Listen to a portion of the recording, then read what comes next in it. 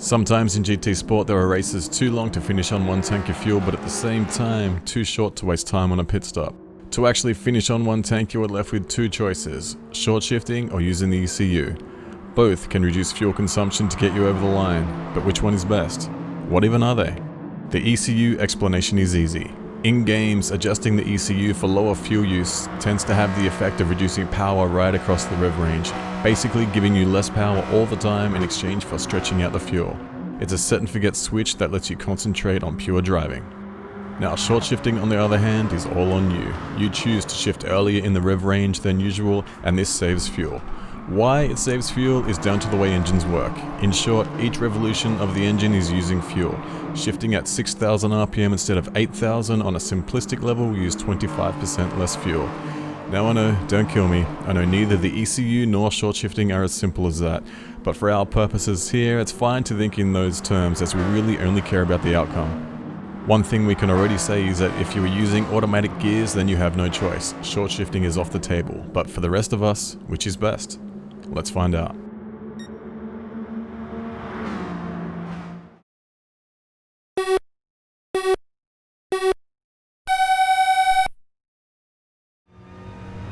Using the Alfa Romeo 4C GR4, we are doing two runs around Kyoto. On the left we have the ECU run, and to the right we are short shifting. In both runs we start out with a full tank of fuel and cross the line with zero left in either tank. In theory, you'd think that all things being equal, the same fuel usage would get you the same speed. You'd be wrong, but we'll get back to that later in the video. On the bottom of the screen we have the data for both runs. The color blue represents the ECU run, while pink is chosen for short shifting. On the left hand side of the graph you'll see 100% going down to 0%. That represents the fuel level. The cars start out with a full tank and burn down to zero at the end. The unbroken solid lines track fuel consumption over the run. On the right, starting at 98 and going down to 108 is their lap time in seconds. This is tracked by dashed lines, and higher means faster. And of course across the bottom is the lap time counter. We are doing 10 laps with 7x fuel consumption, which is the equivalent of a 70 lap race. Let's shift into double time, play some cool music and watch how this thing plays out.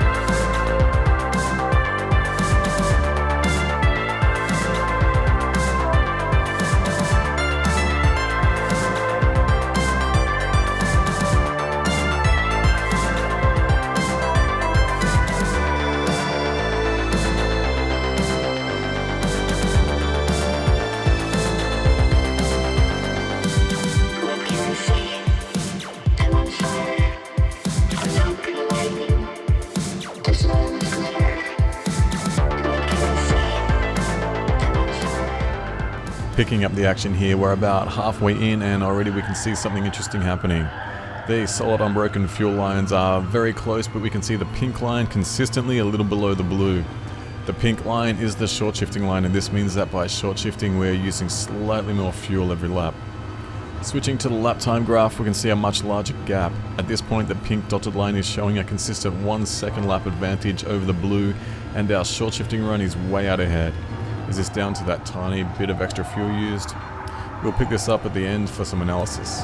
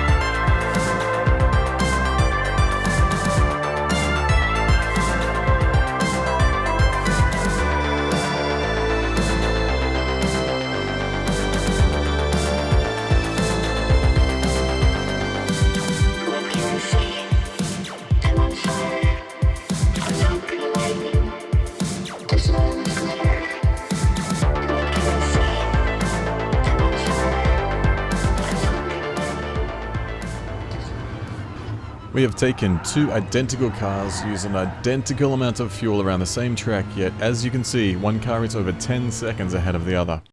We just lost power on this short shifting car running out of fuel and coasting to the line. A second or so was lost, but the fuel map car is so far behind it makes no difference at all.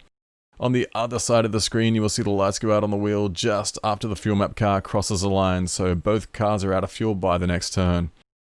Taking a look at the final graph, you will see the solid fuel lines don't differ all that much. The short shifting car is using a little more fuel each lap till the last lap when the usage levels out and both cars finish at 0. The lap time graph though, that's another story. At one stage there is a 2-second gap between lap times. Even that final lap which saw the short shifting car coast to the line was faster than any lap put out by the fuel map car. There is absolutely no correlation between the two graphs, and we can't explain the speed of short shifting by using them. So what is going to explain it? We get the answer before the run even starts. The short shifting run hits the line at 197 km per hour, while the fuel map run is already behind, hitting the line at 191.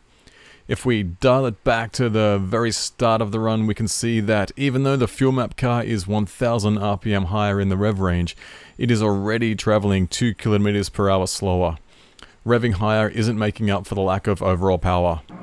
Now when I first decided to make this video, I didn't know which would be faster. I just knew that a lot of people short shifted in races and there must be some good reason for it, as it's so much easier to set the ECU to save fuel and shift normally.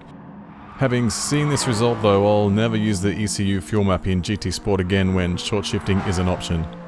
That's all for this one. If you have any suggestions for future videos, leave them in the comments, and if you want more of this type of content in future, like and subscribe.